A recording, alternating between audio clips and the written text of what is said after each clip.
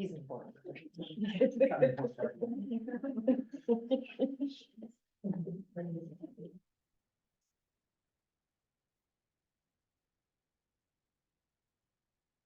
Brand, have your phone number?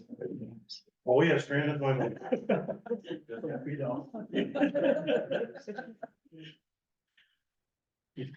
Well, of course, he probably wishes he doesn't, so I probably have called him more than he calls me, so. He's probably frantically pushing buttons and maneuvering things at home. Who's that really good looking? Oh, that's me. Found it or in the corner. Oh, yeah, oh, so you have to wait till the actual schedule of time. No, no, he's in the wrong. Hmm? It looks. Should be the. It's popular. Where's the- I don't know what. Oh, yeah, it's gonna be- Right ahead.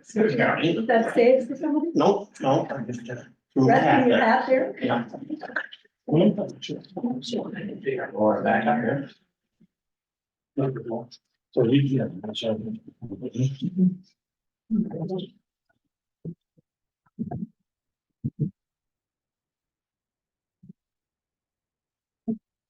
We're live. Did it go over the second line? I was still seeing it in. Yeah.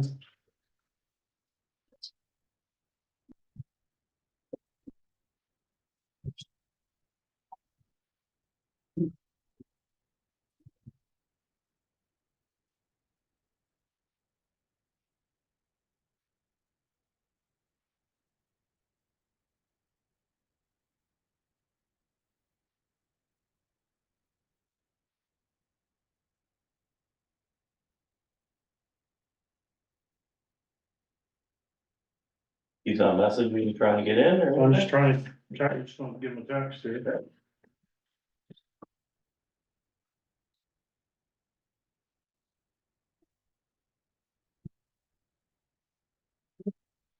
Anybody in? So I think Ethan Long was joining And then, too. there's 9 participants. Yeah, Oh, okay. we've got people attending that can see us right now, but we don't have We don't have the. our presenters.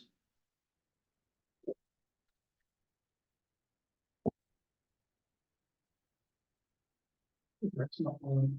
No. You want to give them a call? You guys can get started. I'm just gonna hold the meeting till we get started. Till we get hold Try of to get them out. So I'm just gonna make a short pause before we start. He says, no, Grant can hear, see and hear us. He's, He's on the webinar. yeah, he's on the other side of it. Okay, just give him a quick call. What was that phone number again, sorry? 29. Okay. He picked the wrong link.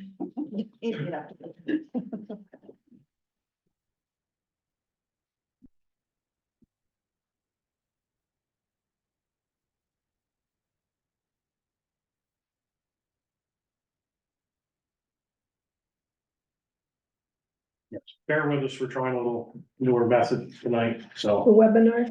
Yes. Just, so we're not having to bounce around, trying to mute and unmute mics constantly all evening.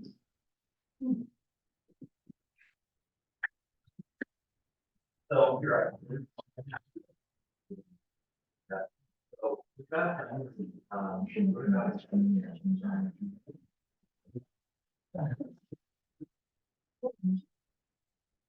you hit that one? Okay. Yes, click on that link. Interesting looking at me. That's the camera. That's what it's And the right there. Yeah. She goes, you're there. Yeah, this one looks like an nose.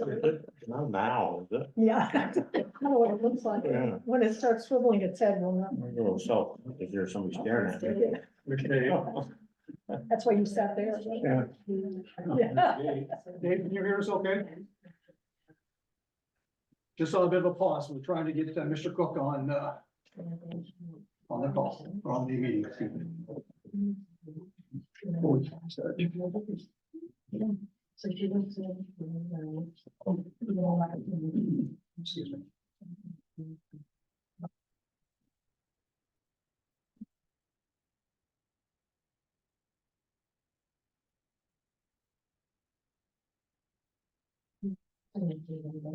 Yeah.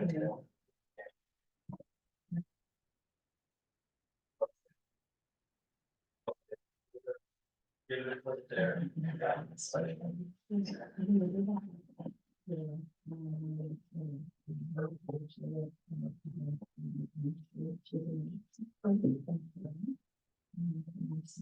actually, that.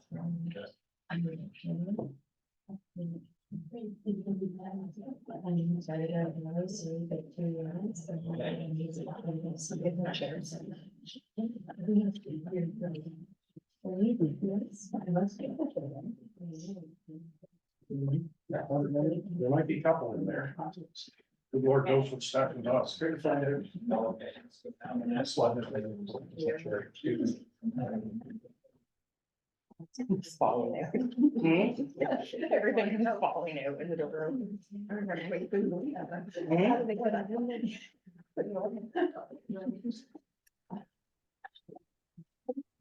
Okay, so I'm good. There he is. Stop video, so it should hit that, right? Yeah. Mute?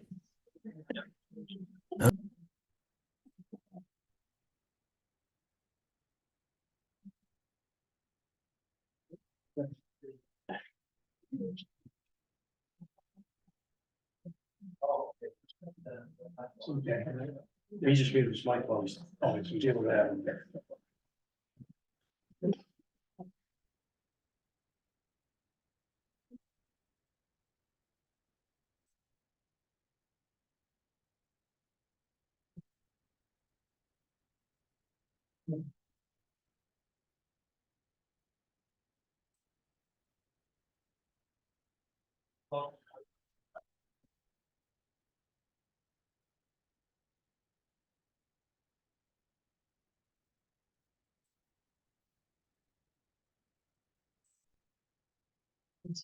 Grant, are you good to go? No, he's muted. He's talking to himself, huh? You're muted, Grant. Yeah, I'm good. There we go. Okay. Good evening, Mr. Cook. Okay, we're gonna start, it's 6:36, I'm gonna call to order the planning advisory committee meeting for February 21st, 2024.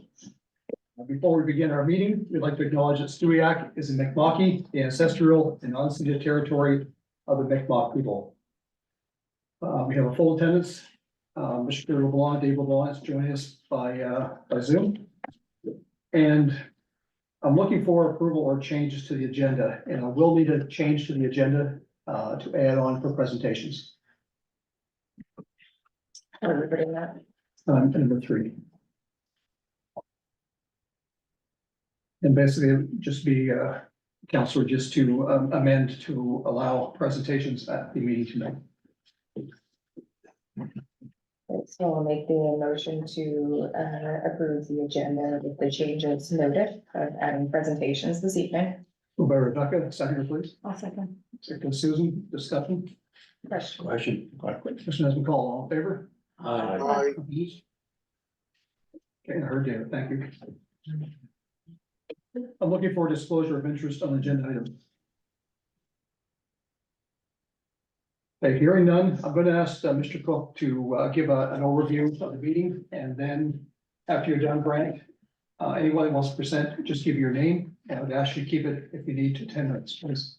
So we'll let Mr. Cook do the an overview for our meetings. Okay, sure. Do you want, do?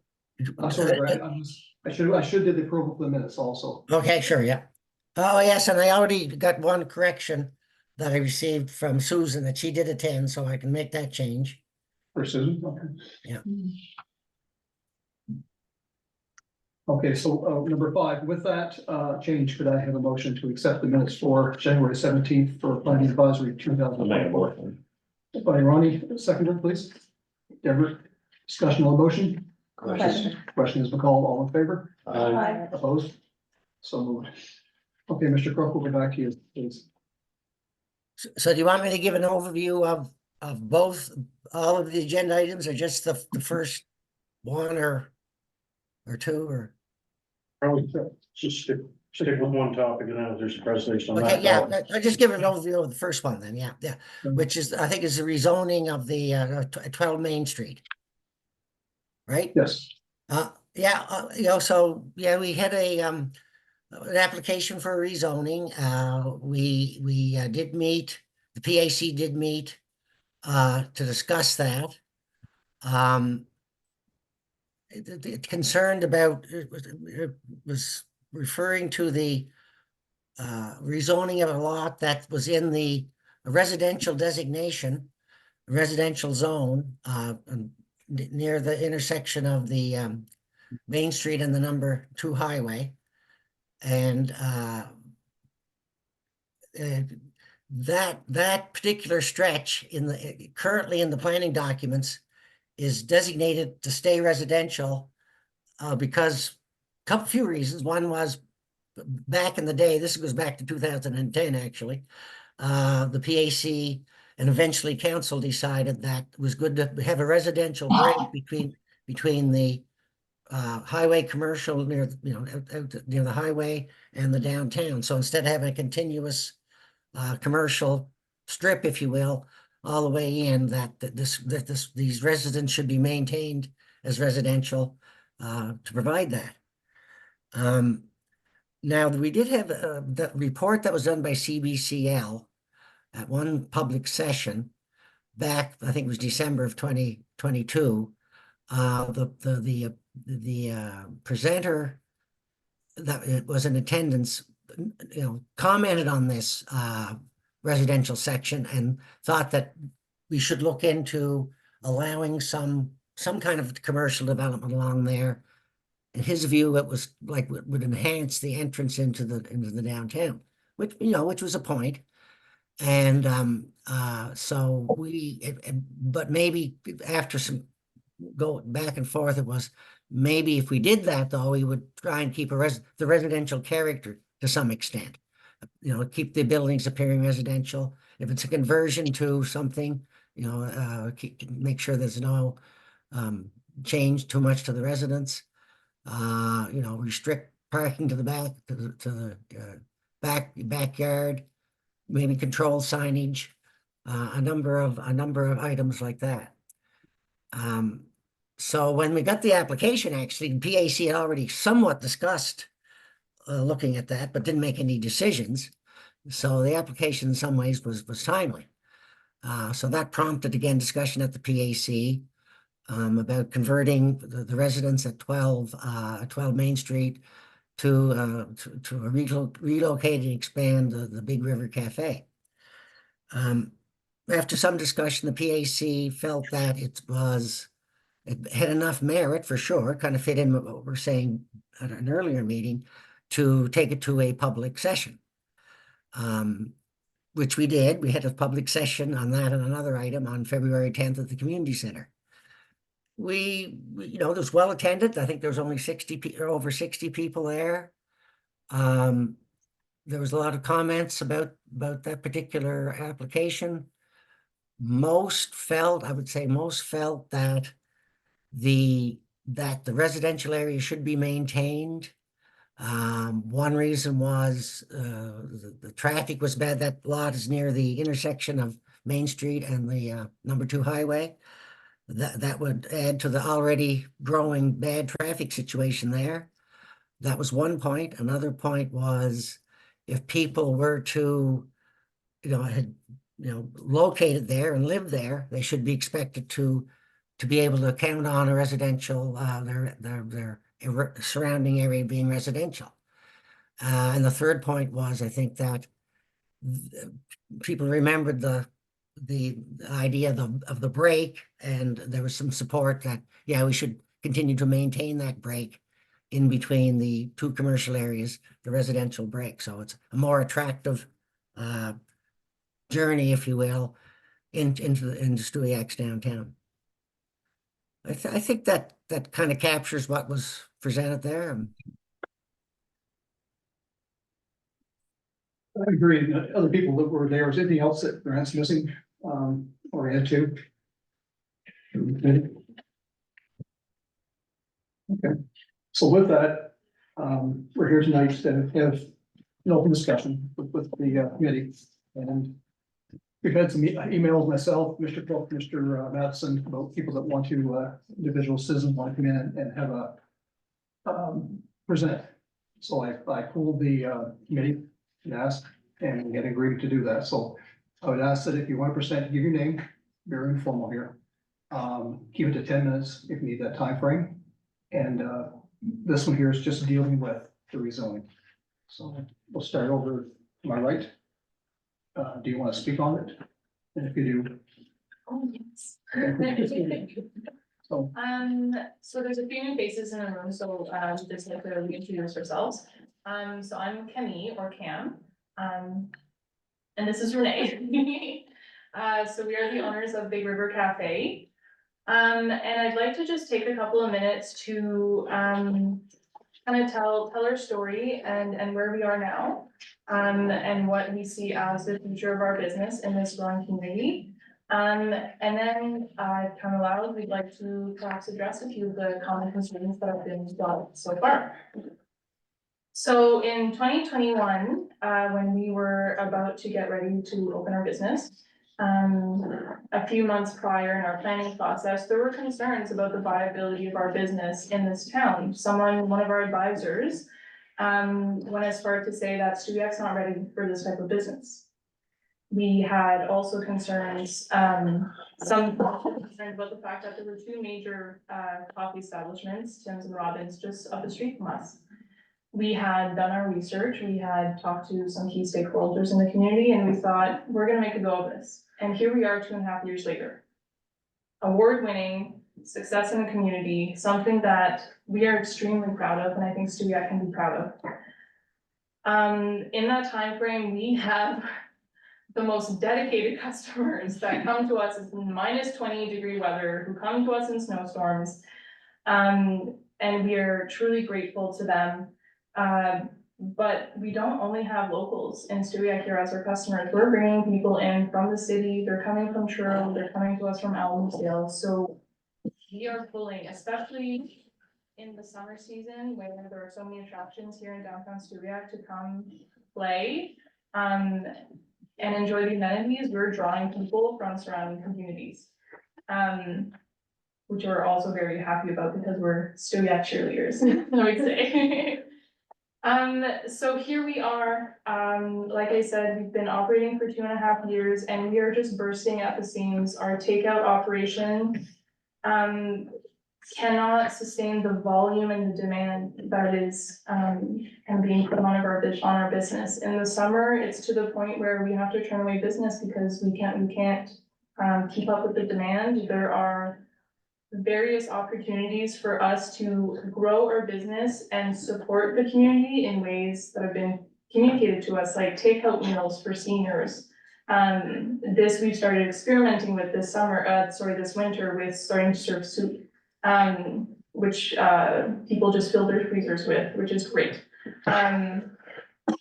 So we need to expand and we realized this, 1.5 years ago, we started looking everywhere in Stewiacke. We started looking at what would be the most suitable option for Big River Cafe.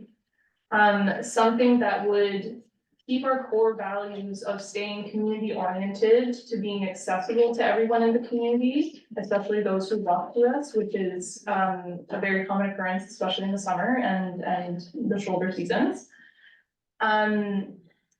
So saying that, it's always been very important to Renee and I that we stay downtown.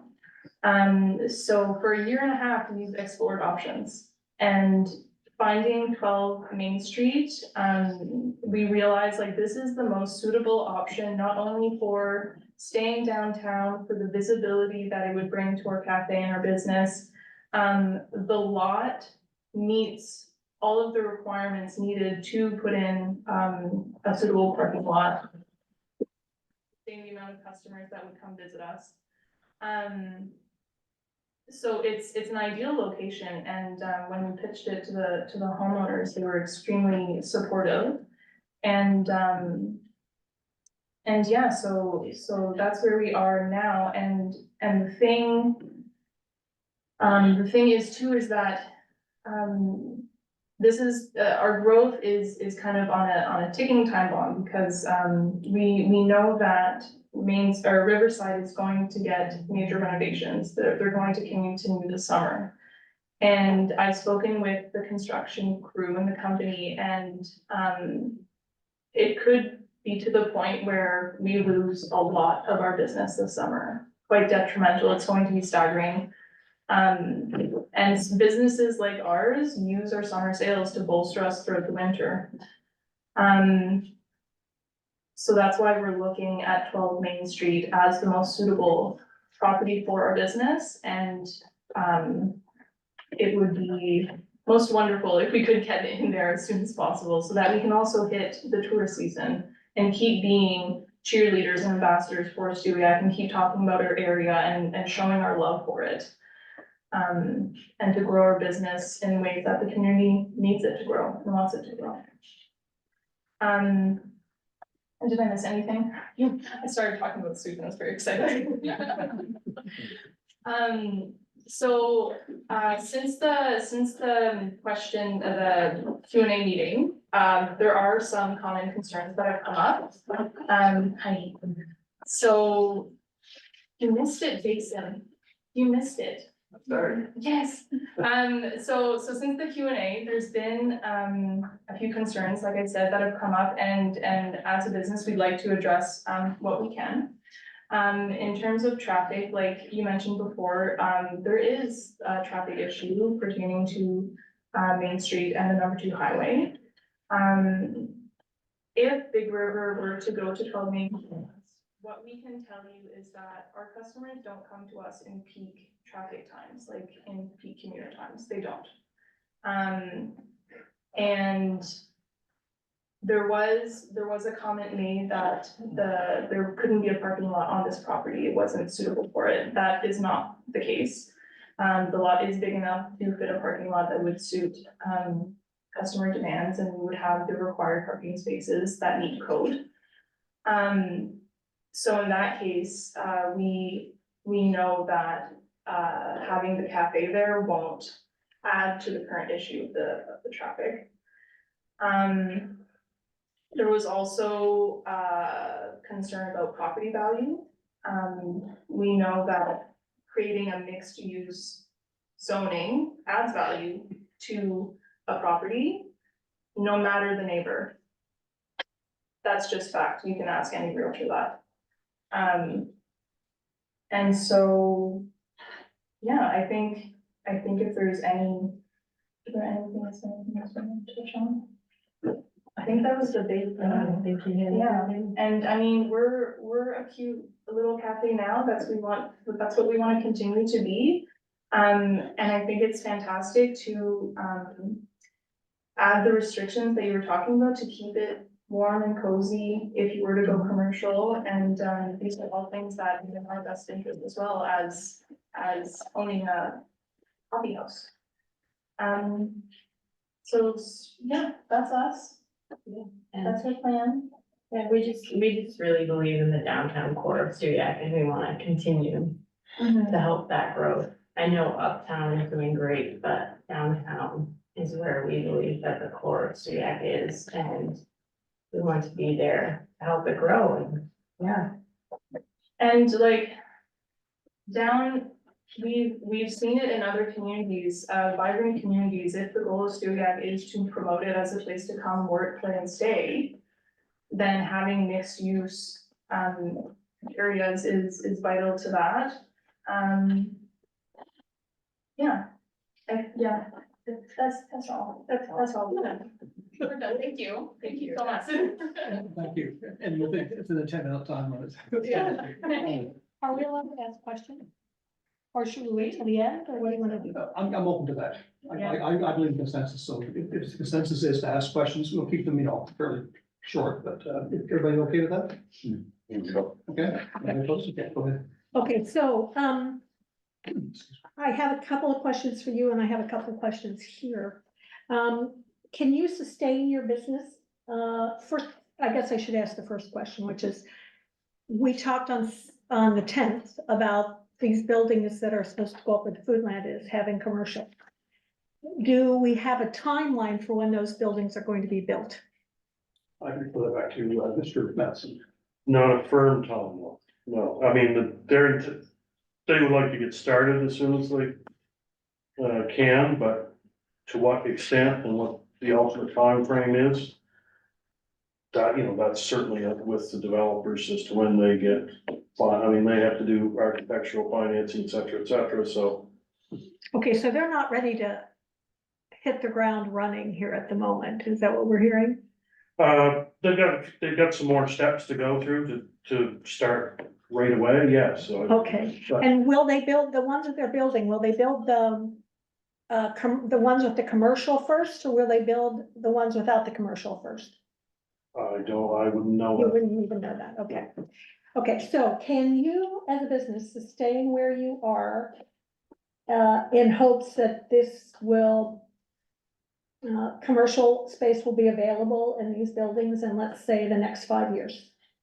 For us, 5 years is way, way too long. Like, we are already currently losing on so much potential income and everything by staying where we are. Even the fact that Riverside is changing impacts us greatly, but just even not taking them into account, we're losing potential job opportunities by staying where we are. We're losing income for ourselves and our families by staying where we are, and we just cannot really sustain at the current level that we are. We're just, the demand is there, and we can't, if we don't pick up on the demand right now, we'll lose momentum. Okay, so you looked all over the town and there's nothing available? We looked at quite a few places, seriously, at 2 places that we tried really hard to, kind of push forward, but we just couldn't get anywhere with those. This is by far the best location that we found, and It kind of just, it really just Yeah. followed the body. Yeah, it really does, just like everything is there for us. Yeah. Okay, I know that they're supposed to, well, I don't know that they're supposed to be, but the CBCL study said that we really should think about a new road, like circumventing the town or coming in at a different place in the town, kind of up on off the number 2. Is there any timeline for when that's going to happen? I'm aware. I don't believe no. Okay, It was a proposal, a projection, not ones. okay, that's what I wanted to know. Thank you. Anybody else? Well, What would your seating capacity in your cafe be? It is looking at Not- 10, Yeah, not 10 giant, seats, just. and, yeah, 10 seats indoor, Then seating, so yeah. you're not looking at a lot of traffic, No, car wise parking. no, like for example, like currently, we might have, 5 customers come in every half an hour. And, with the nature of our business currently, it's takeout, so, in the winter season, they come in, they stay for a few minutes and then they go. And I mean, a big thing for us by expanding our kitchen, right? Yes. Like, the seating, yes, is great, but like, Yes. the moneymaker is the kitchen, and that's where we can push to go out of, where we can get bakery, like Mhm. baked goods going up again, our demand. Would you be serving out front? Take out no. No, this So it's all location would be, walk-in. yes, it would be walk-in, it would be the style of, we have the seats available, which the community is really hoping that, is something that we can bring to the table quite soon, especially in the winter, folks wanna come in and enjoy each other in, in a common space, in the type of space that we'd like to create that's very community oriented. But like Renee said, moving into this location, not only like appease the growth of that aspect of the business, but also allow us to expand, our product offerings. As far as the appearance of the building, it won't change too much in the front. It will be more. Yeah. Aggressive than that. more Yeah. Than anything. Yeah, exactly. Did you want to speak on that? Yeah, I think there is, to that point also, there'll be a little kind of make it, it won't change very much, it'll stay pretty much the same, there'll be a little bit of, you know, new siding and that kind of stuff, so if anything, the building's actually, the appearance is going to improve significantly. Can I ask who you are? I'm Shane, I'm on behalf of the owner, Okay. yeah, sorry. Okay. No, that's okay. Yeah, so it'll vary, it's gonna stay pretty much the same, maybe a little fancy little brickwork on the front, kind of, you know, show a little, yeah, show a little kind of like cafe, so. Come back, Rebecca, any questions? No, not right now. Oh, Susan? No, I have no questions. I appreciate you coming and certainly, a compelling story to share. I just hope we can find a good resolution for everybody. David? Okay, thank you. Sorry, would I be able to make a comment? In what regards, Jason? Just the support that we've given to Big River Cafe and. Maybe just introduce yourself. Who you are. Yeah, sorry. My name is Jason Steele. I'm the Business Development Officer with Regional Enterprise Network. My job is to basically work with startup businesses and new businesses that want to grow and expand. And I've worked with Big River Cafe, and I just wanted to share that timing is critical when you're looking at business growth. So I know that they've done everything they possibly can to look at options, and this fit the right option. And if they were to delay, like they said, you're losing out on a potential growth that will compound and influence the community here in terms of having another option for people to come. So I just wanted to share that we've worked very closely with them from a business assessment perspective. And it's solid that what they want to do, and I think it's gonna benefit the community as much as it's gonna benefit them. You sure can, I'm just gonna get it. Do you have other experience doing this kind of scenario? Yeah, I work for Truro Colchester, so actually the town of Stewiacke is a supporter of ours. We're called the Truro Colchester Partnership for Economic Prosperity.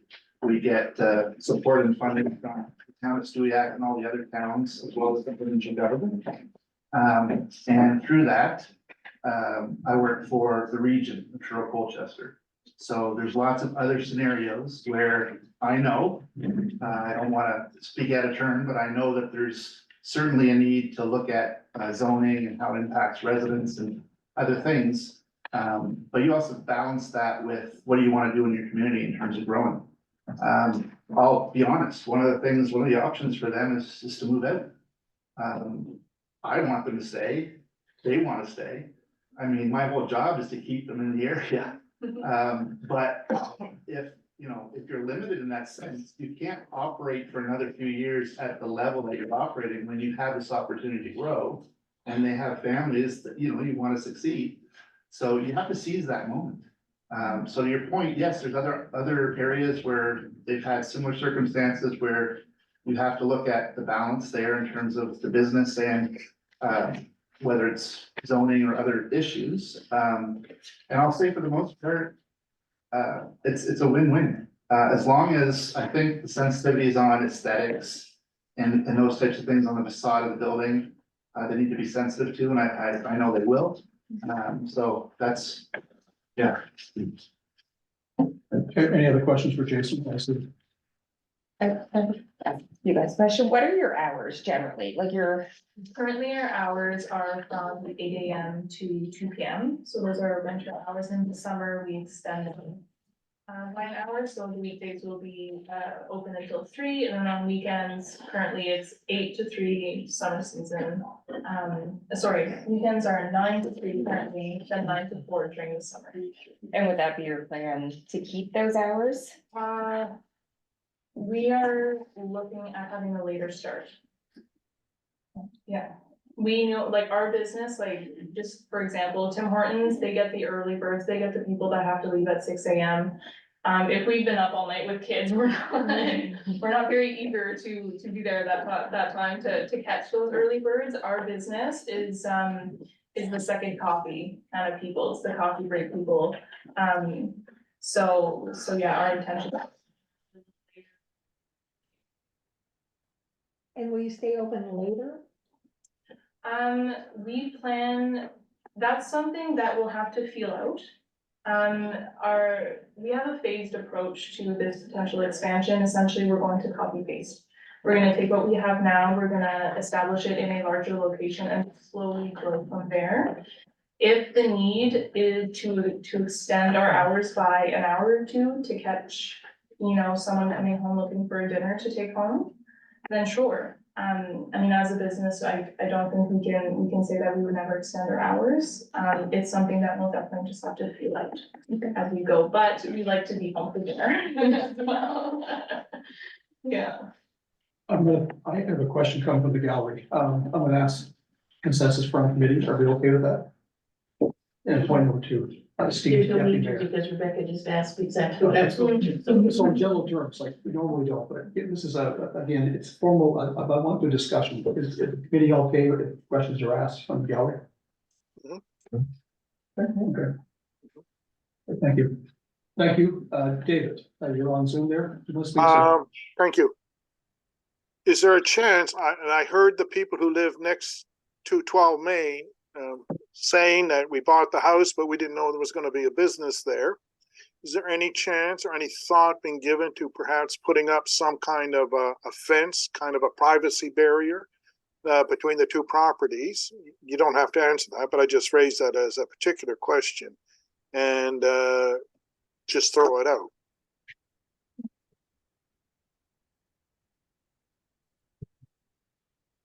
If they want that, we'd be open to it. You'd be able to. Yeah. Up to there. Anything else, David? Well, I did talk to one of the owners about how late they would stay out till the afternoon. And if their plans are not to go much beyond 3 or 4, then that's really not going to impact much on the traffic flow, I don't think, at supper time. But they seem to be quite reasonable in understanding that there is a traffic flow problem. I just see, like they said, just a couple people coming every half hour and then leaving when they're finished. So I'm in favor of the project. Thank you, Mr. Chair. Sir? Okay. I believe there has to be a fence between the properties with different zoning.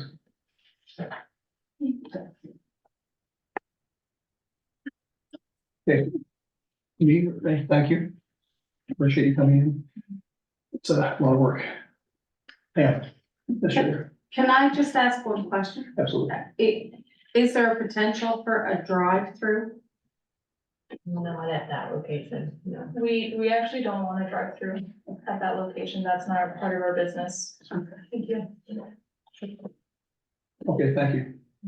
Certainly appreciate you coming in. Welcome to stay or leave or whatever. We're gonna have discussion after the presentations. Next. You want to So- introduce yourself, please? Heather Sutherland, owner of 8 Main Street East. Eric's been a wonderful neighbor. We were a little bit put out when we went to look to buy property. We wanted a residential area. By approving this variance, I think this Pan-Stewiacke opens Pandora's box when you talk about developers. Because if you've done a variance in one area, that allows developers to come in and do that in any residential area in your town. Traffic. It is congested there. One thing I've heard from yourself and your owners is growth, growth, growth, growth, growth. So if you're talking growth, you're gonna get busier, which there's no way around it, you're gonna add to traffic. So that is problematic. When you put a business beside residential, as a residential owner, you have the right to enjoy your property, and the peace and tranquility that comes with it. I don't think, having a business next door, I believe that will take away from that greatly. My daughter lives in that property right now. She's an RN, does 12-hour shifts. So even with your hours ending at 3, she works night shifts. So when she comes home from the night shift, that's it. She will be trying to sleep when you guys are actually at your busiest. So that's also a concern as well. There's lots of commercial areas in the downtown where I believe the business could go and have a better fit and allow for growth. With the 3-meter setback that's required, from other properties. I think that kind of limits entry and exit to the property, as well as will limit your parking spaces. We are business owners ourselves. We own a dairy farm, so we're entrepreneurs and we understand growth. We understand the right to be entrepreneurs, but you have to look for the right place to do it. Good fences make good neighbors, as we already know, but I kind of believe that putting a big fence, while it'll give privacy, it's gonna take away from that residential look that you guys are looking for to have that break coming into the town, so there's caution there. When we bought 8 Main Street, we wanted to live next to a coffee shop, we would have bought the house right by Tim Hortons. I don't mean to be callous in that, but I do believe there's better areas in this town where there is commercial for the development of it. There was lots of talk at the meeting about as of right development. And when you look at very other municipalities within Nova Scotia, as of right development is fine as long as it complies with the zoning regulations. So in this case, this is general residential, which the only way to have a business would be if you were occupying the property. So you're asking for a variance in the zone change.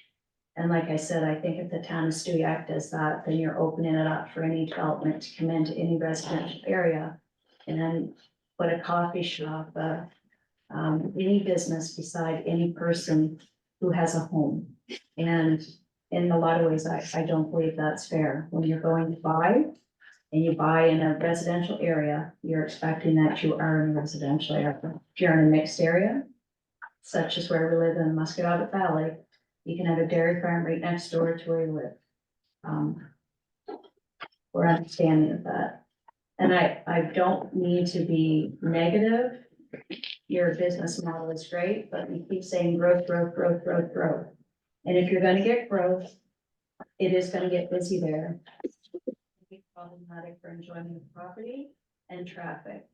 There's already accidents there, so now you're gonna increase the potential in more vehicular accidents and also potential pedestrian accidents as well, because you have that crosswalk below. So if you have more walking traffic, chances are you're gonna have a few people that aren't gonna pay attention to crosswalk and potentially jaywalk. So I think from all those points of view, it's probably not the best place to approve that. Any members? Can we ask, Grant, or if you know, is what she's saying, so like, let's say, we give this place a variance, and then they could come down the street to Joffrey, where I live, and give somebody a variance on Joffrey? I mean, is that the case, that it opens that up and you could just do it from then on? I believe so, but I'm gonna refer that back to the expert here, Mr. Cook. No, this one, this is basically just to this area, this residential area that's really on both sides of Main Street or on the number 2 highway. So it would just apply to there. If we went ahead and, you know, if there was another residential area that would be, you know, suggested that there'd be development, that would be a whole new exercise to look at. I don't think there'd be any precedent set if you know, if we made changes to this area, it wouldn't necessarily translate into another residential area. Does that kind of answer your question? It does, yeah. Anyone else in the committee first? Okay, I'll do the same. I'll open back up to the gallery. Any questions? I think I would have to object to that, because if you do it in one area and you have another business come in, you have set a precedent. I can speak a little bit to that. I'm sure the town can as well. I echo what was said here. You have to go through the same process. So yes, you set potentially a precedent for something that has changed. But if it was another residential area, you'd have to actually go through the same process. So it's not an automatic that will be accepted. It's an individual process. But you have set a precedent, so it becomes an easier thing for the developer to come in and do. No, it doesn't become an easier thing unless there's a process here that they actually allow that. So that's, I'm gonna make sure that we have understanding, this is questions back and forth, but not yeah, debate. sorry. Okay, so just to keep it the flow going, folks. Okay. Any other questions or comments? If I could, Mr. Chair, Yes. so one thing that I guess we would have to keep in mind too is this gets rezoned for this cafe. When they expand and move somewhere else, then another business that qualifies for that area could potentially move in, correct? It's not limited to a cafe For that area specifics. for that specific Correct, is spot, that if it gets correct, rezoning. Well, we could structure an amendment such that only certain uses would be permitted in that area. I think if you say, you know, like a cafe is acceptable, you pretty well have to acknowledge that businesses similar to that should have the same opportunity in that area. But you don't say all commercial uses would have that opportunity. If there was an amendment, it could restrict the kind of uses that would go there. You know, you have to have rationale on what uses were similar, and that would be the only uses that those places on that residential area could convert to, basically. Like, for example, you could say, no, we're not going to have any service stations in that area, or car dealerships, or any big commercial business. We're not talking about just one property, we're talking about all the properties between Riverside and number 2 highway. We're not talking about one property. We're talking about all those properties.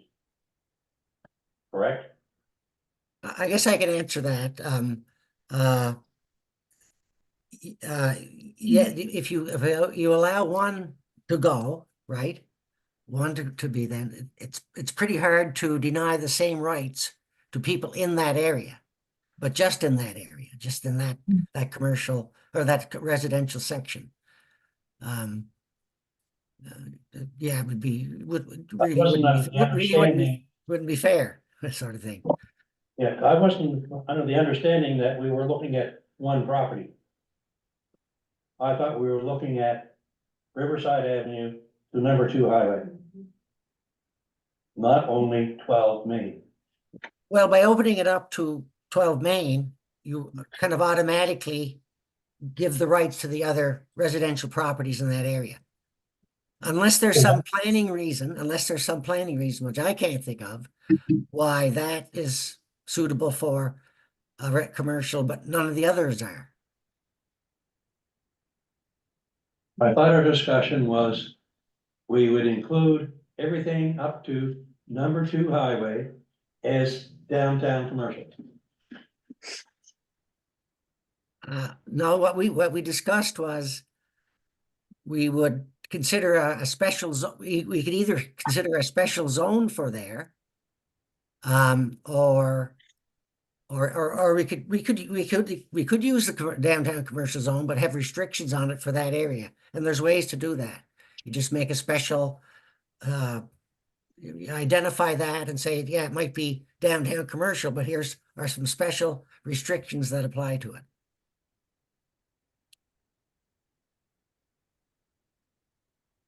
Any more questions or comments before we? So if it ends up being that way, then that will add to the traffic in that area. Correct?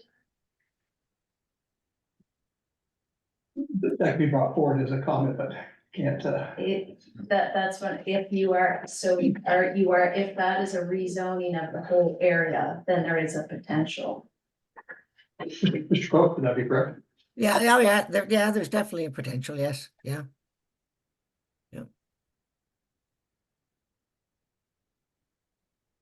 Okay, thank you, everyone. And Jason, thank you for coming in. I apologize for being late. No, I was at another meeting in Enfield and I didn't get here in time. I do apologize. Probably my 12-hour day for you, so. Probably certain levels, no change. Okay, we'll move on to, sorry, is there anyone else wants to speak on this? Okay. You have it. Well, so the committee has to discuss or has made any motions yet. It's a business close. I guess you determine that. Where we're at, If you want to move it. do you want to make, bring forward a motion or have more discussion on this, or do you want me to serve it back? For later discussions, we've got two other, agenda items, but I guess I'm trying to get a feel. You should finish this agenda item first rather than circling around it. Yeah, I'd say that's a good idea, yeah. And so. Where does the committee want to take this, I guess? I think some of the discussion we had last time was, do you deal with this as a single property or the potential of the greater area? That's where we kind of left it, and I think that that's still potentially an issue to be discussed, because it would certainly, no matter what, if the whole thing was rezoned or if a particular property was rezoned, it is gonna change the character of the neighborhood. And that's, and I'm a champion for what you guys wanna do, but I'm very conflicted as to whether it's the right spot because of the fact it's a residential neighborhood. Now, when I first moved here, the building is now gone, but there was a building on the corner, kind of kitty cornered across the street from number 12. And that was a business when I first moved here. The guy, it was in there for a while and he had, computer things. He was selling computer software and whatever in there. Now, in the meantime, they've of course torn that building down, but there was that there. And how do they zone, like, how do you zone, B&Bs? Because there are two B&Bs on that street as well, one, and then one's on the corner of Riverside. How do you zone those? Are those zone commercial? I think they're permitted in residential zones. Okay, okay. And what about daycares? Like, there's the daycare there as well. Is Yeah, I that think- also Yeah, I think, permitted? I think daycares are permitted in residential, in that R2 zone as well. Of a certain, daycares of a certain size. Okay, We looked at between highway commercial and downtown commercial. And how to develop our downtown commercial more. From our highway, then we got a little break in the middle. And then we got downtown, but we wanted to encourage more structure downtown. Would this not help with that flow of coming in the main street of town? I mean, we gotta get traffic past highway downtown. Right now, when you come into town, you don't see beyond highway uptown. You don't see beyond the Tim Hortons or Dairy Queen or, and because everything's moved up there. So we're trying to develop downtown with small business and more shops and. For 5 years, Mr. Chair, I used to drive by, actually I stopped at Kentucky Fried Chicken. I never knew there was anything further down the highway, on Main Street that was, than Kentucky Fried Chicken and Petro-Can. I lived on the South Shore, taking my family to Moncton. We stopped, midway stop, had something to eat, got gas, continued on our way, and I never ever ventured into downtown Stuya. So yes, there isn't an impediment to exploring the inner workings of the town of Stuya.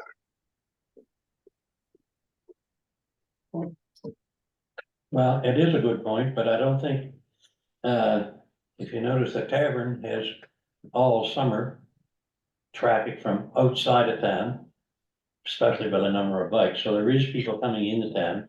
We have signs up there saying what business are downtown, so, yes. But, and I don't know when we did that original motion, I'm trying to look for it. But at that time, I was the one that pushed to have that section residential.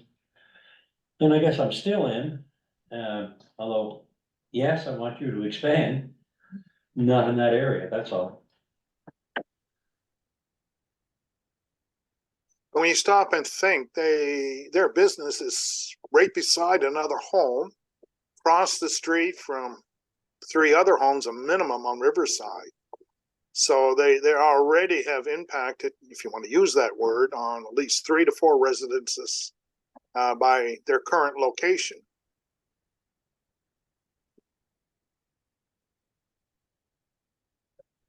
And also, Can I ask one more question of you people?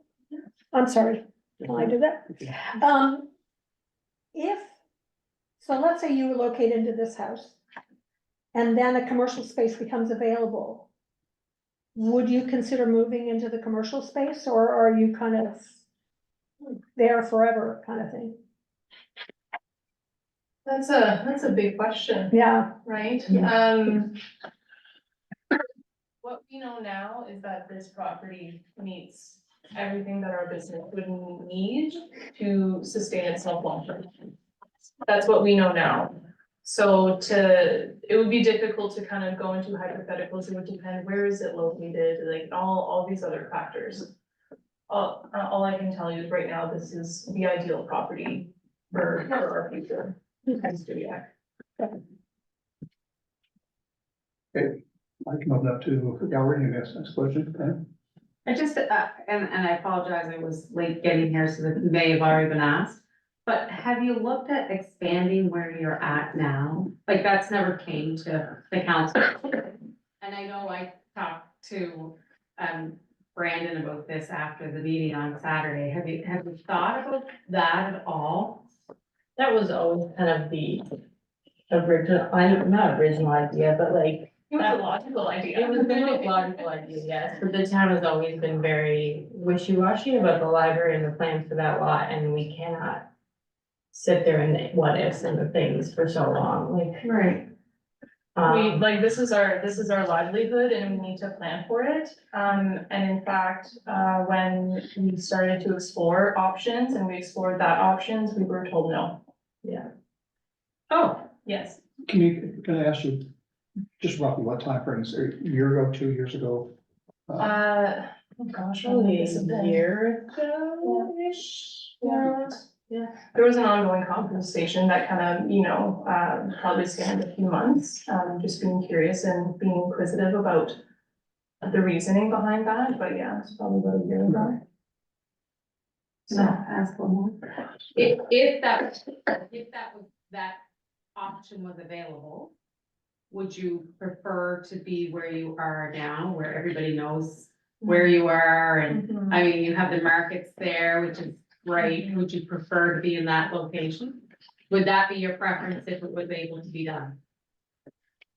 No, I don't think so, no. I think this location has better things for us, like the visibility from the highway 2 would be better for us to, like you said, get people downtown. Right now, they can't see us from the old highway 2.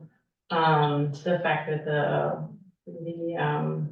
like the parking's in the back and stuff is really great too. It gets us closer to the road, so we're more visible that way too.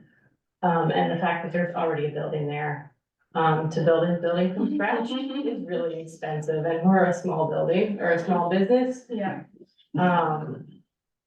That would be a huge expense for us, and I don't even know if we could afford it, frankly. And you mentioned the markets, like what's really exciting about this property is that it's something that we could also look into having there. Yeah. Mr. Chairman, can I? First, and then Jason. So yeah, back to this market thing, so that's something you would continue to do on this new property. It's not something that we would do right away. Again, like when it came to like potentially expanding our hours, it's not a guarantee. If we were to have this space, we would feel it all out. Currently, we do the farmers markets because we need it to add to our sales. We get the vendor fees and the town gets the vendor's application and their fees. We've had to use these markets as a way to grow our business because we don't have the capacity to do it with the current location, the current operation, the physical space of our building. I can't say no, but there are other areas of our business that we would rather focus our energies on if we had the space to do so. could you continue the markets where they are at the moment. I mean, it's a talent, so I mean, I personally love organizing markets. It'd be fantastic to just organize it and have it where they currently are, which is beautiful downtown location, so that would be easily done. But like I said, running the markets was a means to boost our sales just to get through. Jason? I just wanted to comment on what Pam had mentioned with regards to a building at the property where they're at. As I said, I advise businesses, I advise Big River, but it's advisement, they don't have to take my advice. So I'm sharing my advice with you that I would advise Big River as well. And that is, as Renee had said, in today's world, it's exceptionally expensive to start from scratch and build something, and it's not wise in their business model right now to do that. So hence we talked about a different location that they could walk into, so to speak. And then the market, I would actually advise them to keep it where they are, because of the sense of how that would go off with the new location and what have you. So just wanted to say my 2 cents. Okay, any other comments before we move to this? Yeah. You're good? Okay. So are we gonna look at this tonight, bring this to a vote, to a motion, do we want to defer it back? Trying to get what we want to do this as a committee. And Grant, if I'm missing something, or Mr. Matson, please jump in this, because it's uncharted waters.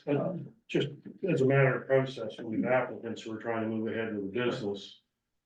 If you have no intent to move forward on that, you have an obligation to let them know so they can make their planning. And if you do have an intent to move forward, you probably should try to get a motion on the table to start the process. So they can make their plan, one way or another, try to be, just can't defer. Deferral is just a way of killing something without killing something. Without the courtesy of saying what you mean. So this, I would encourage council, or committees or councils to, if there's not the will to proceed, to say so. If there's the will to proceed, at least to first reading, a public hearing, say so. It can still, doesn't mean you're gonna pass it down the road, but you're just taking to another step. Grant can explain all the steps to you, but just, I think it's, openness is better. Grant may have more wisdom than me on that, but it's, Grant, do you want to add to that? That's a good point. And again, as you've said, this is, the committee just makes recommendations. Council has the final say on this. And council will have to hold a public hearing before they can actually adopt any amendments. Okay, so we just heard from Mr. Cook and Mr. Matheson. With that, I would suggest, I agree that we look forward to making a motion. We need a motion to move forward. Understanding? well, whatever motion you wish to make. Or- Yeah, just so you're. You're gonna have to. Can I make a motion that we move this forward to allow this to happen? Well, it probably, Grant probably should. Yeah, It's clarification, rezoning one property or rezoning the entire area, that's the motion you need. Yeah, the motion should be to, if you want to, continue the process, the motion should be to recommend that, council proceed with an amendment to, permit the subject site to have a commercial business, and at the same time, setting, parameters for any future, commercial development in that area. So does someone want to bring that forward or not? I guess that's. Yeah, Can I ask basically. procedural question, I think it probably is. So if theoretically this was either passed or not passed, passed, it proceeds to council. It doesn't pass, is it a dead issue, or can it be? No, council can still, Or Yes, well, here. council can still overrule. if you decide not to go ahead, council can still overrule you and say, yeah, we are going ahead. Just a recommendation to council, correct? Yeah, Yes. yeah, exactly. They don't have to accept it. Council sets up an advisory committee to advise council, so council is seeking the committee's advice, so you should give it to them. Yeah. Yes. So Grant, on that motion, why don't you just say you're gonna make it commercial from Riverside to number 2 highway? I would use the word, give the potential to have it commercial. Not automatically gonna be commercial. There'd be could be some rules that would be set. I mean, yeah, no, you're not absolutely wrong, Denver. That's not a bad way of doing it, I guess. You could say, we're gonna make it commercial with some special restrictions on future development.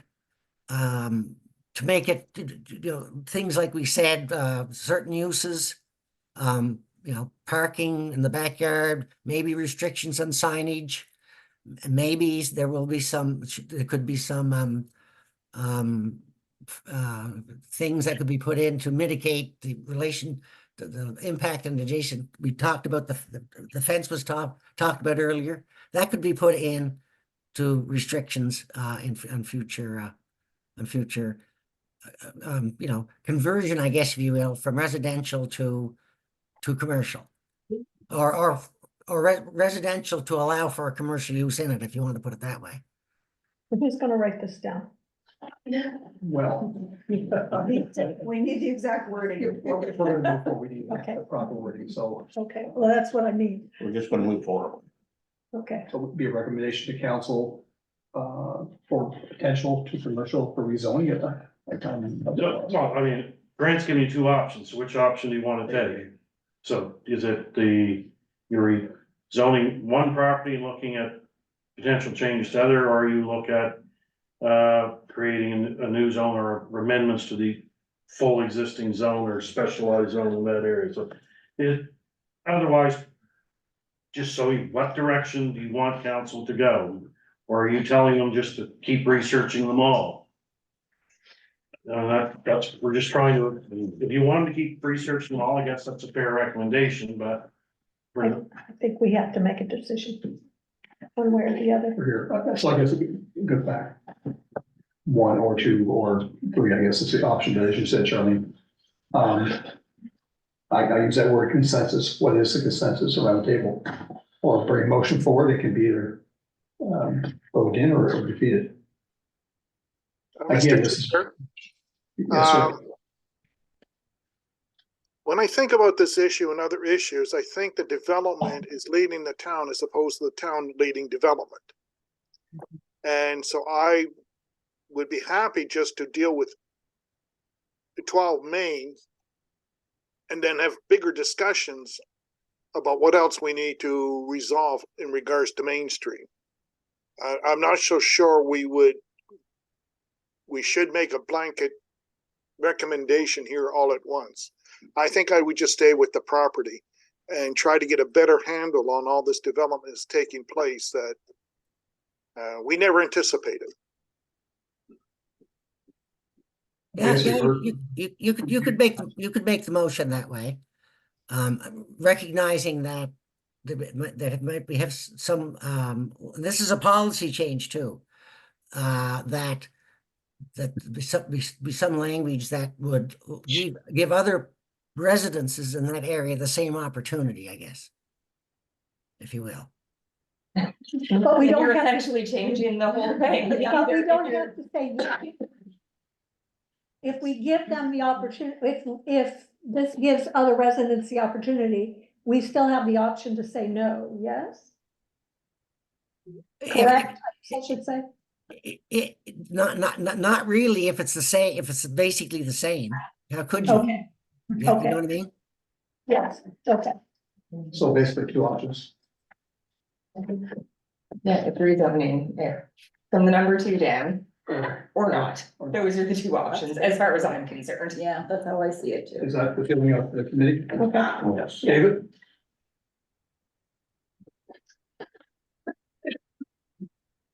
You'd like to He loves, he's so cool. So with that, someone comfortable bringing forward a motion? Can we vote on How are we gonna word that? Yeah, We're gonna rezone the section between Riverside Avenue and number 2 it? Recommend. with conditions, Special. with special conditions. that sounds good. Yeah, that's enough to give direction to things, so that grant will work if you need to. Well, I'll make that motion. We hope. Motion made by. Check the motion after. Ronnie? Yeah, can we have some more specific wording before I vote on this, please? Okay, so we're looking at a recommendation. I'm gonna write this down as I do it, folks. To council. And please jump in when I mess this up. For rezoning. And we're gonna give specifics from where to where.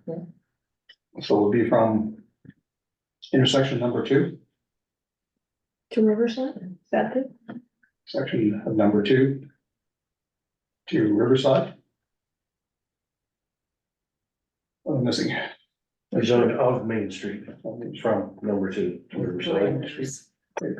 So recommendation of council for rezoning from Main Street, Rezoning of Main Street, yeah. from number 2 highway. To Riverside. Okay, With parameters. the parameters. Okay. Who wants to make that motion? I'll make that motion. Motion made by Ronnie, do I have a seconder?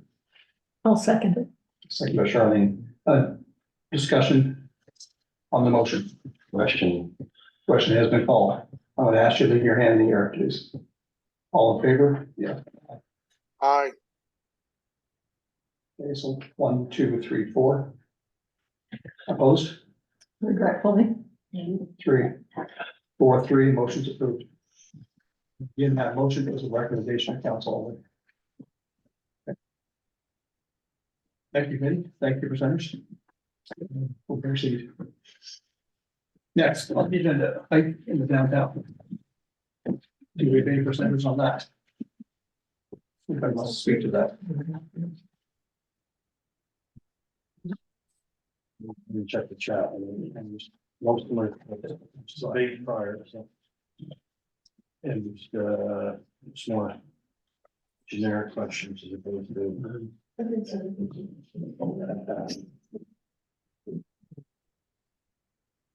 See. Much is.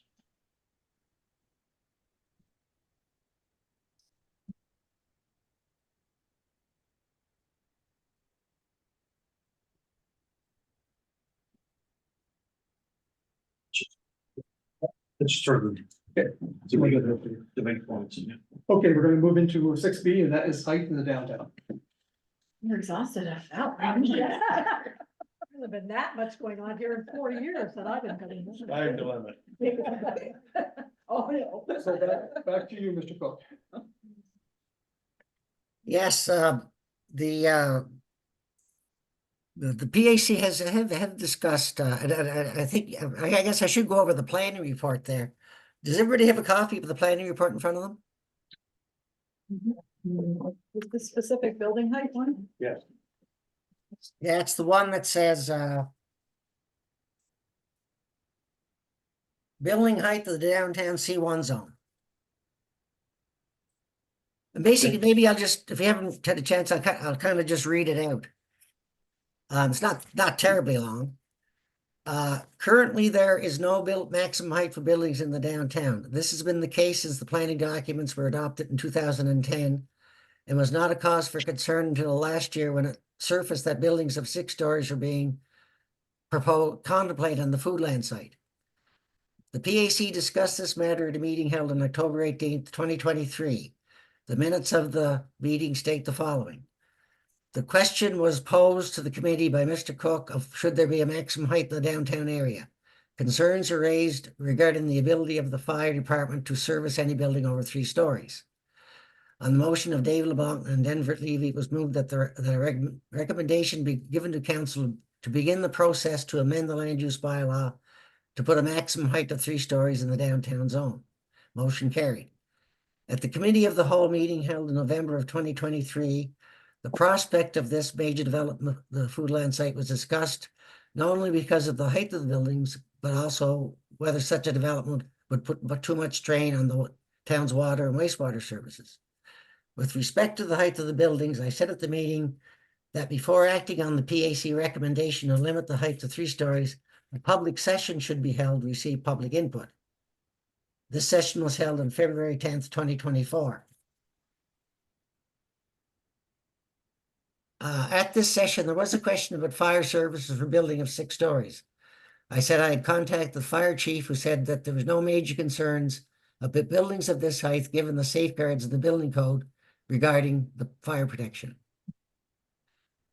Most of the discussion at the public session was centered on a proposal to construct 4 buildings on the Foodland site, 2 of which would be 6 stories, with the ground floor being commercial and the remainder apartments. The town has investigated whether an amendment to limit height to 3 stories would be relevant to this proposal, and it appears it would not. Most attendees were not in favor of 6-story buildings, but some welcomed the commercial development being proposed. One comment was made that the town should proceed with measures that would control future developments in the other areas of the C1 zone, not only with respect to height, but also matters such as light, wind, traffic, and the design of buildings. Although the fire protection aspect of limiting height to 3 stories, the basis for the motion made on October 18, 2023, is not a cause for concern, support for this or similar limitation was expressed mainly because higher buildings would not be compatible with the downtown area of Stewiacke. And this next paragraph is my own. It didn't come from the public meeting. And we've talked about this point before. An aspect of higher buildings relate to service delivery. It is less costly to provide services such as solid waste and street maintenance if, say, for example, 100 dwelling units were in higher buildings as opposed to single unit dwellings on new streets. And the cost of constructing new streets and services would be far greater per dwelling unit than apartment buildings. I know far greater, that might be too strong, but anyway. Another factor is that more of Stewiacke rural area could be kept in its natural state of future dwelling units for apartment buildings instead of new subdivisions. Again, that didn't come out at the public hearing. That's my own take on it. So the option 1, make no change with respect to height of the C1 zone. There are still a number of towns in Nova Scotia which do not have a maximum height. Option 2, establish a maximum height, either the 3 stories contained in the above motion or set a different height. I looked at bylaws of other towns, and I did say this at the public session.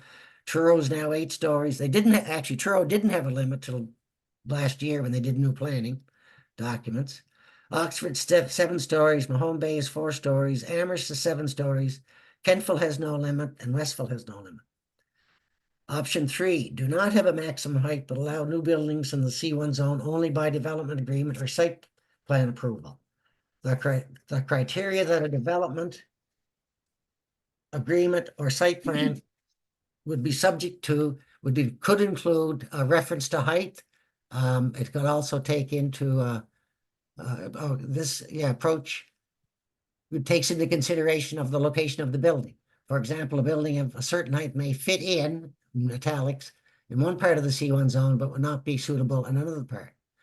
Other criteria could bring in other factors such as shadow effect, wind tunnels, and traffic, all of which were referred to at the public session. There could also be criteria regarding the appearance of the building, i.e. building materials, color, etc. The approval of a development agreement may be appealed to the Utility Review Board, and also the refusal could be appealed. A site plan is approved by the development officer, but it could use similar criteria. The approval of site plan is only appealable to council by people who live adjacent to the proposed development. And the refusal of a site plan may be also appealed to council. Option 4, use a combination of option 2 and option 3. In other words, establish a maximum height, but allow that height to be exceeded through a development agreement or site plan. And Truro has done that, even though they have a height limitation of eight stories. If you want to go through the development agreement process in Truro, you could get a higher building. So that's kind of what that's kind of my take on what your options are, but I welcome any discussion and suggestions or comments. Let me get this. The current request for development on the food land is as a by right. So they're gonna build that whatever height they want right now, right? We're not gonna stop the 6-story, 4-story, that's gonna go ahead. So what we're talking about is the future, beyond that development, are we not? So the 6-story is gonna get built, and the 2 4-stories are gonna get built. Yeah. Correct? We're not gonna stop them? My understanding, and please correct me, as of right, they have the right to sell, they have the right to purchase, so I think our hands are tied in that regard. Is that correct, Brent, or am I saying that wrong? Yeah, I don't think a development permit can be refused, but it also came up at the public session. Bridgewater's kind of facing the same thing with respect to if services are an issue, you know, they're exploring ways to deny connections to services if it puts an undue strain. Now, this is new territory. But they may be successful. In their case, it's their wastewater system can't really take any more flows. But that's not our problem. Well, we have a bit of a water supply, if you will. We're still grappling with how much capacity we have. But So on this development, that we're at the process and they're coming in to get a building permit. Do we have I understand we don't have the right to stop that process, but we could for other development by putting a moratorium until we figure out what the capacity is on future developments. I would put it this way. I would put it this way. The development, suppose the development permit gets issued and the building is built in 2 years, say, for example. Right. And at that time, the town has really good evidence that the water supply cannot support that. It might not happen. This is a contingency thing. Then the way Bridgewater's looking at it, there would deny that service to be extended. Even though they are in the process of building? Yeah.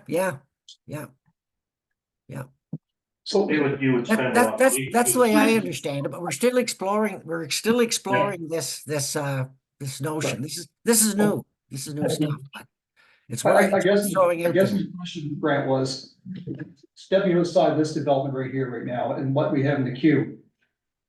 For 3 years, I've been hearing we have capacity, we don't know, and we don't know. No, I'm we gonna still say, don't know, really. we really don't know. So beyond this, I know we're here to discuss this, but beyond this, do we not have the right to bring forward, maybe to council, whatever, and say we need to place a pause or whatever for future development outside of Perry Lake, outside of Shifting Sands, or ones that are in the queue? Because I'm getting a lot of calls, and I'm sure most people hear the same thing. I'm concerned as a resident. We're walking in uncharted territory, and I'm not trying to be, pessimistic. I want the growth, and I obviously we all do, but the risks are there. Yeah, and actually, Jason Fox, the new development officer for the town, and I have been discussing ways of discussing amendments which address just exactly what you're saying. That in future, put an amendment in that relates to the capacity more than we have right now. Right. But there's ways of doing that, but we still haven't come up with a firm. But you're working on it. Yeah, we're still working on that. Yeah. But in the absence of that, should we be considering a height restriction? Well, I guess the point I would make, Mr. Chair, is capacity issue have anything to do with height necessarily, or just future development? Yeah. How can you make it say, well, we're Yeah. only going to limit future development area, in one story and throw it wide open for one, just to build 300 new homes. You can't, it's not a height issue, it's a development issue. Yeah. It's, Yeah, I would say the Yeah, discussion should yes, be, large story buildings Yeah. accelerate that, I agree, but that it is not height.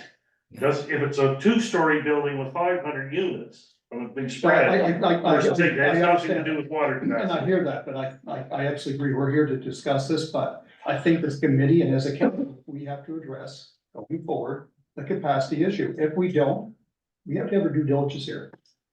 yeah, and I think we will do that, but I think for tonight's discussion, it should be just on what do you folks think about, let's assume there's all kinds of capacity. What do you fellows think about height in the downtown? Basically, that should be the question.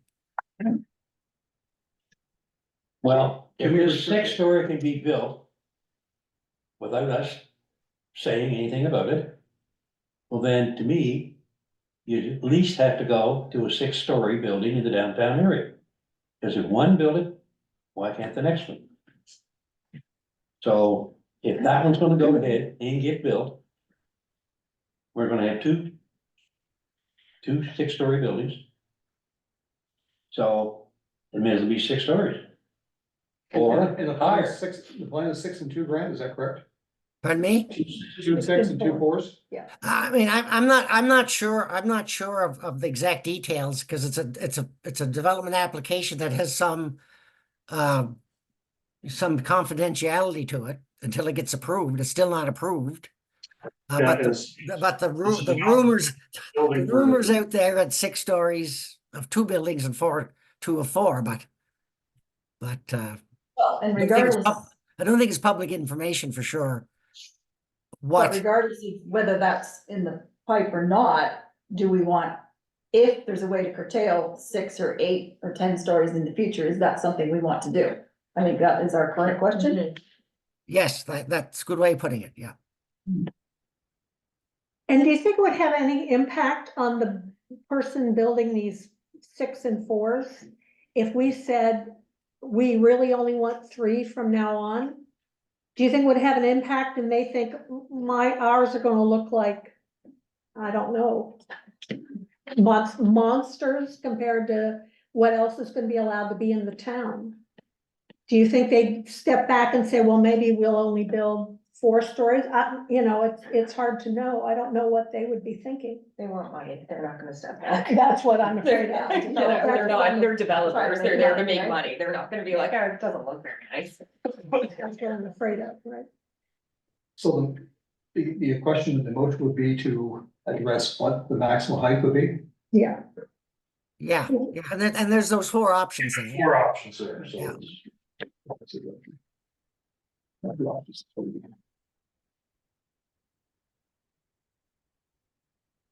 So are development agreements something the town can handle at this point? Well, now that we've got help from Truro, it might take some time, but that's, at least they're experienced with it in Truro.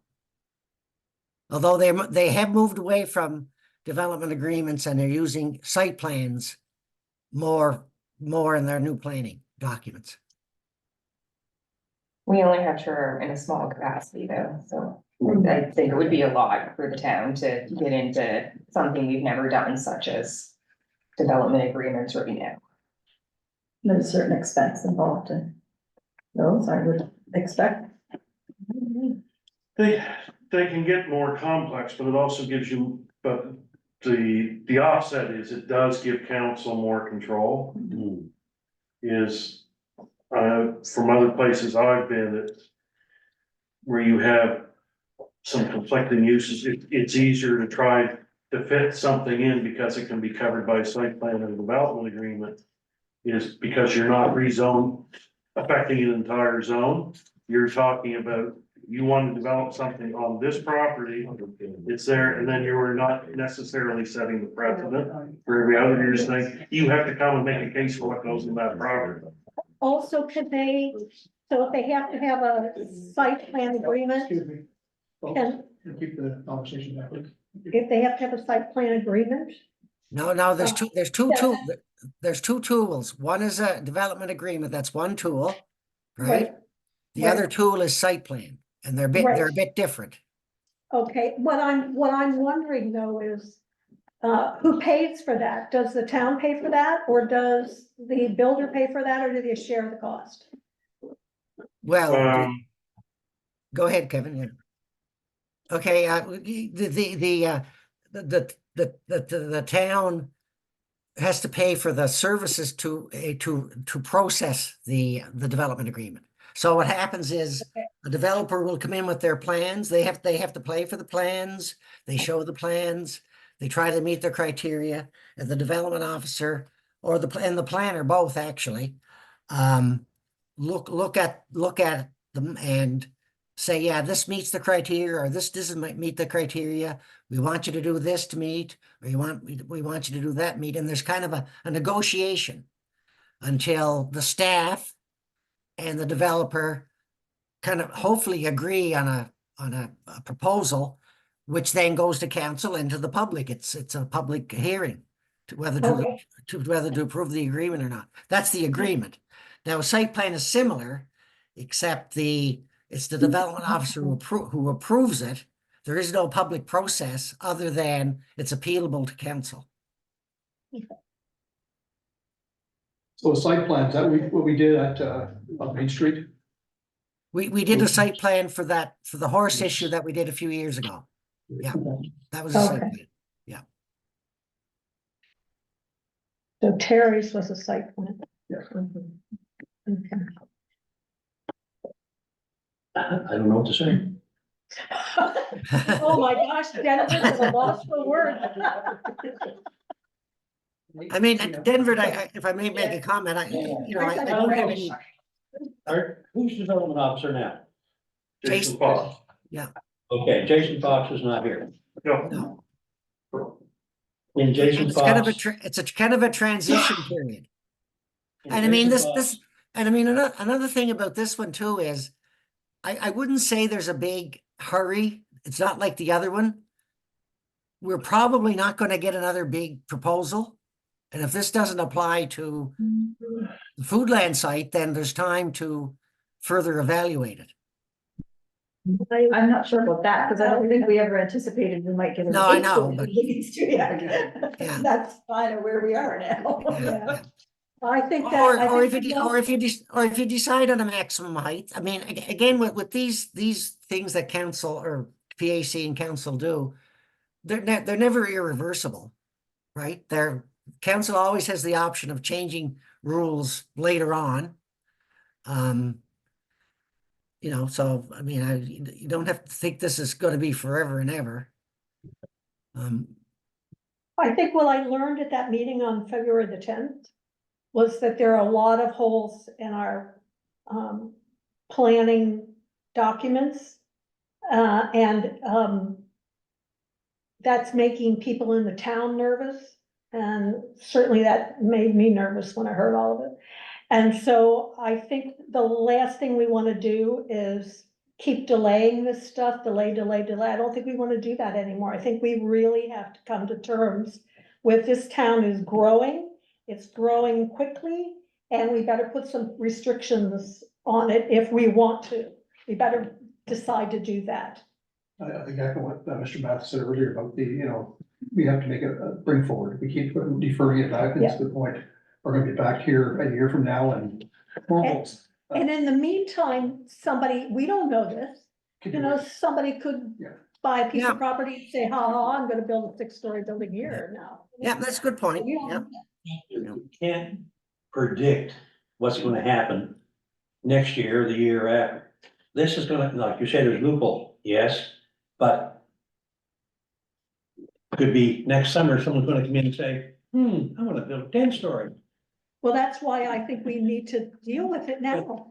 Well, yes, but that's only one loophole. Oh, absolutely. No, I agree with that, but I You're think, saying there's a whole bunch of loopholes. There is things in there which we are planning on changing, but you can't always say, well, this may happen 5 years down the road and put it in your plan today. no, and I agree with that. I just mean that we can't keep deferring this stuff. We No. need to start. The issue that we had can't be deferred. Exactly. exactly, This specific issue. This specific issue cannot be deferred. exactly, and that's really all I'm trying to say. I love the debate, I mean, so are we comfortable to bring the motion?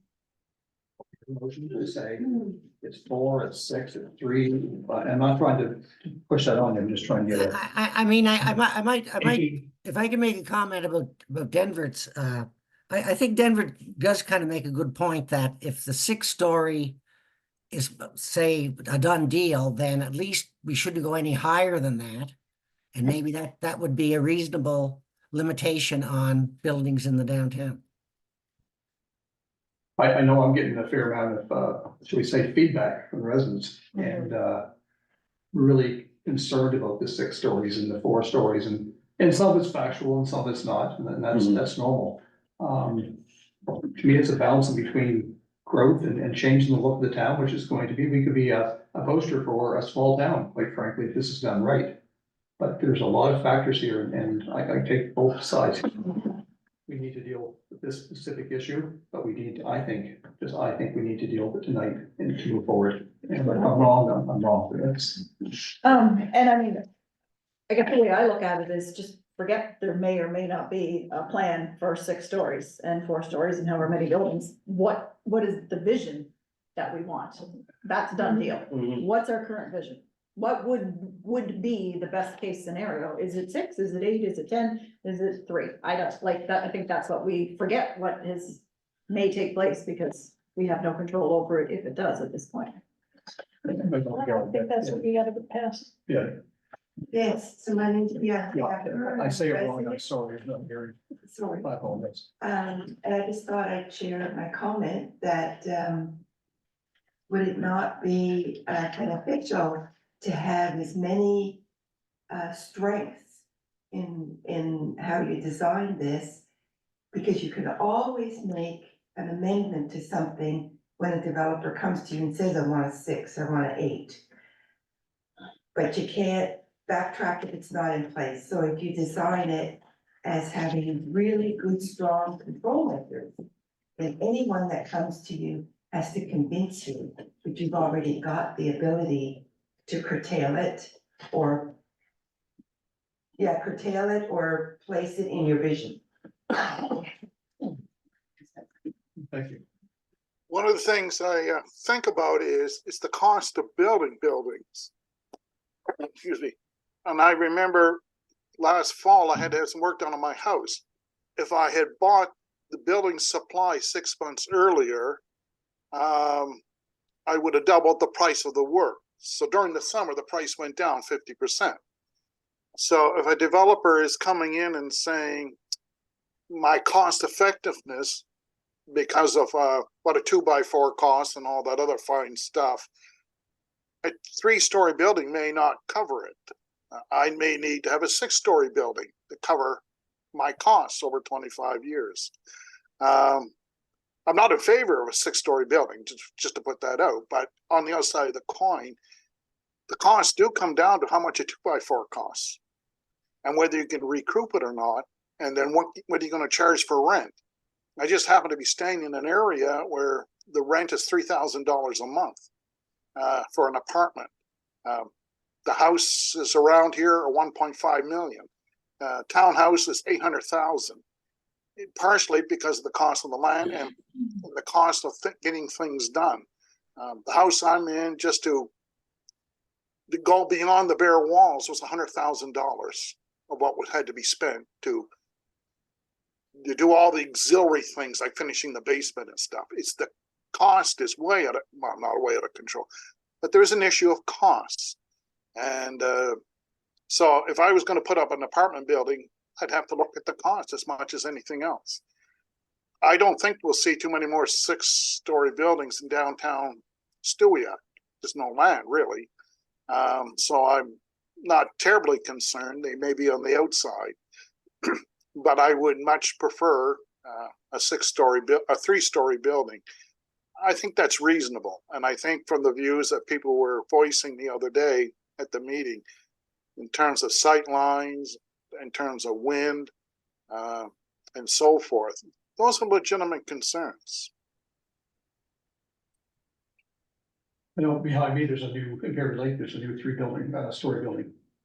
It fits in, I think, myself personally, nice, it's not jumping out there, it's 3 stories, it's got the first elevator in Stewiacke, so.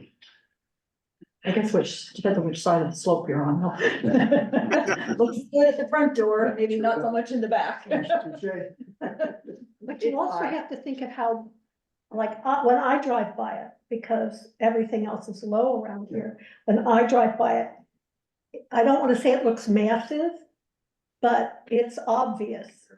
And so what's a 6-story building gonna look like? And our town with, you know, our little home hardware store that's been there for 100 years, you know, what's gonna look like next to that and next to the other buildings? So what is, I guess, consensus to move on this, or do we use that word? Do we come up with a workable height number, or do we need more time? I guess. I don't know what more time we'd need. Right, Okay, so go let's- for it. Let's move on. Yeah, what's this, Still caution. missing information is when you ask for time. Yeah, I mean, we've been talking about it. We've had the public meeting about it, There's lots of opinions there. and all kinds of opinions, yes, no. Yeah. I don't know what more information I would need I guess it's just in what tonight. number are we I at? just put a number. That's all. So, I'm at 3 or 4. 3, 4, 5 is, Anywhere up to 6, Somewhere under 6. Yeah, yeah. because we're gonna have 2 6s, so already down there. unless our development officer comes along and says, no, because this, and this. But he's not here to say that, and we don't know if he's gonna do or not. And we're keeping this as a recommendation. Yes, Mhm. only. So can I have a motion with that? Anyone comfortable? I'd move that we have a 6-story height. Okay, I need a seconder. Hearing no seconder, I'm calling a second time for a seconder.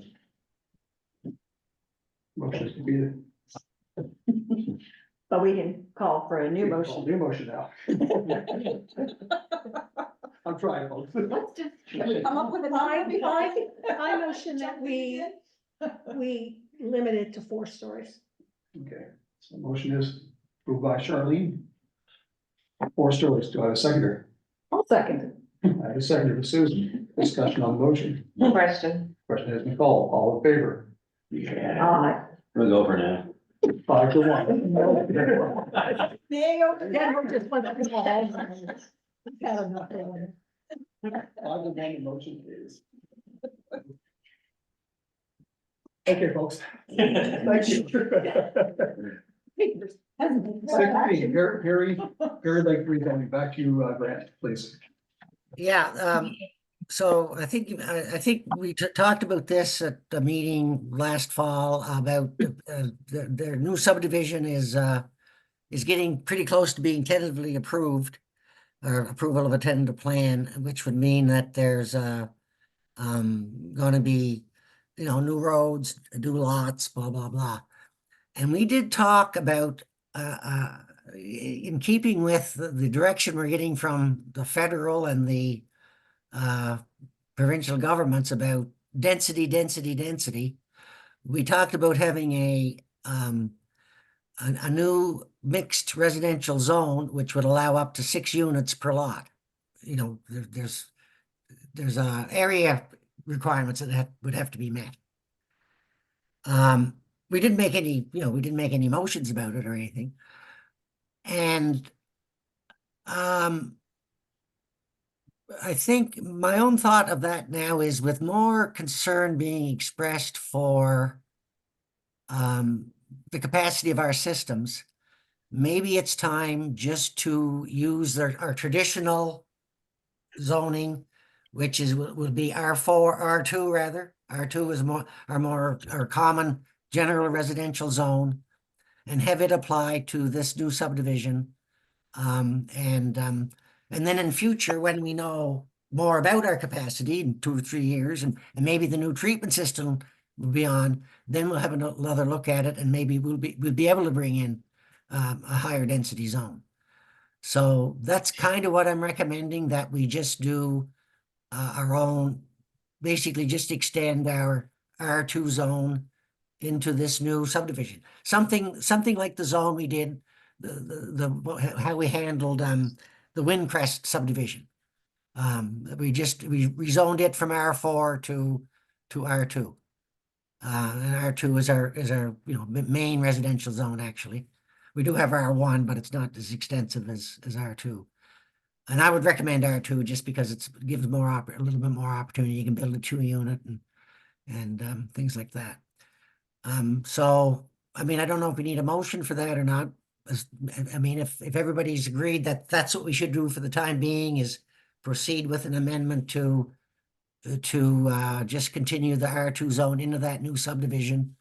It would be a rezoning application at some point, or we would be doing the rezoning, I think. I mean, we probably won't get any development permit applications for at least a year. It's going to take probably a year to build the roads, for example. So at final, it would be R2, and that's what they would be applying for. But I'm open to suggestions or comments for sure. No, What's that? what's the current zone? Actually, the current, believe it or not, the current zone there, and this is a mistake in the mapping, I think more than anything, is commercial. But I think that's just a mistake that we made way back in 2010. Instead of, like, you can imagine back then there was no roads or anything there. So I think we just didn't include enough area. I think we all agreed to the Perry Lake proposal that goes back to 2007 of so much commercial and so much residential. So it just didn't get put in the maps for one reason or another. So, I mean, whether it was R4 or commercial, doesn't matter. Once the services are there, it should be R2, or if we wanted to use the higher zone, but it has to be a service zone rather than not. But are we just assuming they're not gonna, because if it's zone commercial, they could put something commercial in there. Well, there's no roads or anything there.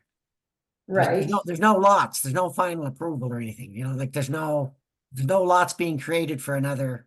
But they own it as commercial right now, correct? So if it's zoned commercial, they could automatically build something commercial there. Not until the roads and everything get approved and built and the final approval is done. But that's not something that was ever contemplated by the town over the years. Again, I think that was just a mistake instead of it being commercial, it probably should have been rural residential. That's what it should have been.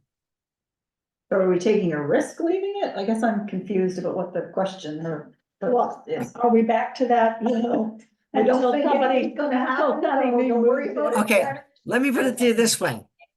Okay. I mean, what land are we talking about there? Is that behind the apartment building, or where is it? Yeah, it's behind the apartment building, basically. Yeah. Okay. Yeah. And I should have brought the map. I mean, we looked at the map and we talked about it earlier, but I don't know if anybody can remember it. That new apartment building Behind them, down back towards Straps, I'm assuming. I don't know. Yes. Yeah. So the tentative plans, would show it being residential, but I think the point is you don't want it to sit as commercial.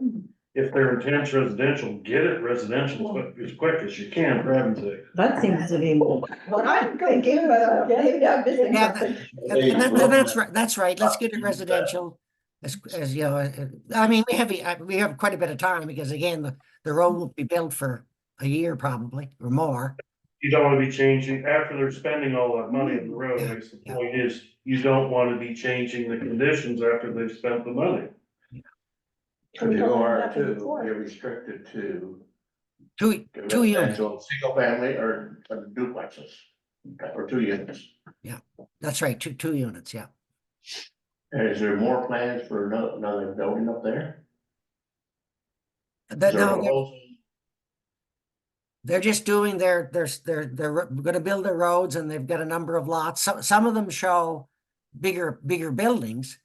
But I would say we would do that through the rezoning process we already have. So right now, if I have a R2 lot, I can apply for rezoning to make it R3 to build an apartment, but that's a public process that goes through through council. And right beside where, the new apartment building is going towards the road, I'm not sure my direction here, but is there not a plan with that? Is that already in the queue for 2 more apartment buildings there? Pardon me again, I didn't quite catch that. Adjacent to the new building that just went up, it's just opening up now, Grant. Is there not approval or a plan to have 2 more buildings right there? I know we're not talking about right now, but is there not, I got some calls, is there not 2 more apartment buildings being built on that same? You mean being proposed? Yes. Not that I know of, but I could be wrong. I'm not sure. So the question for us tonight is, do we want to look at the amendment to rezone this to R2? Yeah, I basically I guess the question is, instead of going with the higher density zone we talked about at like last fall at one of the meetings, which allowed as of right up to 6 units per lot, given the capacity issues that are becoming more and more evident, let's just go with the traditional R2 zone and see what, and again, we can look at this in, 1, 2, 3 years when we know more about what we are expecting for capacity, solution upgrades to our systems, I guess.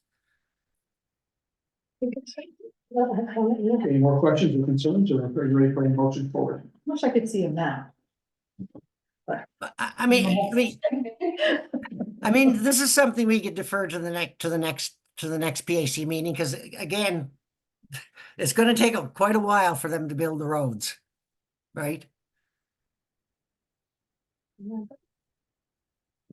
Okay, give me consensus. What do we want to do? Do you want to move forward a motion?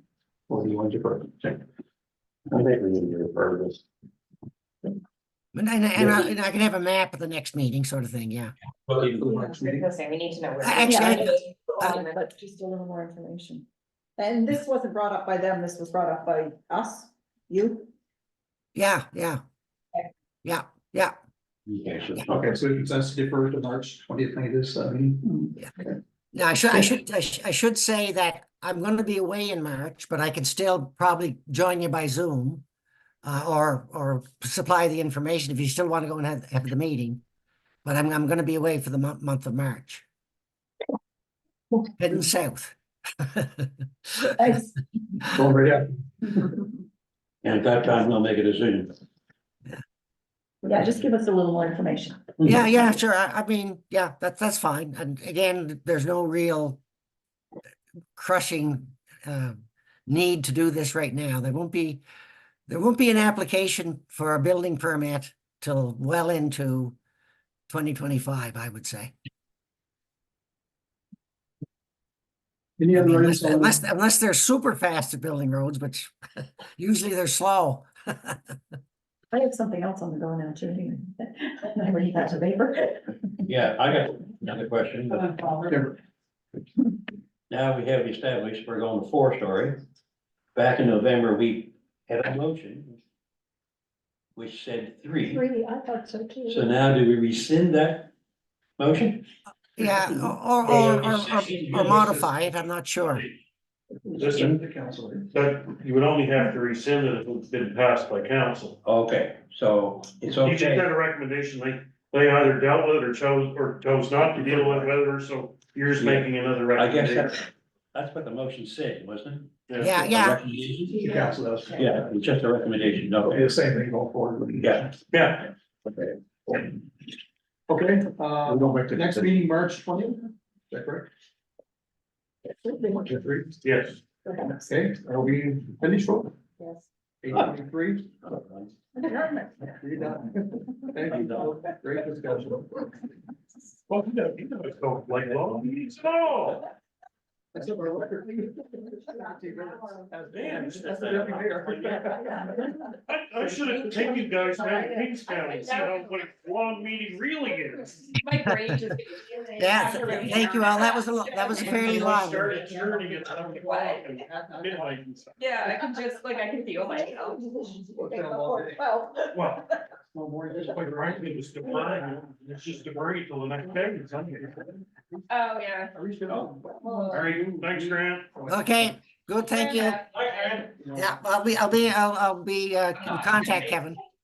Yeah, thanks. Okay, good. Yeah, bye. Well, say, Doug, and so what about all That's the fine. back- We have a one. We need.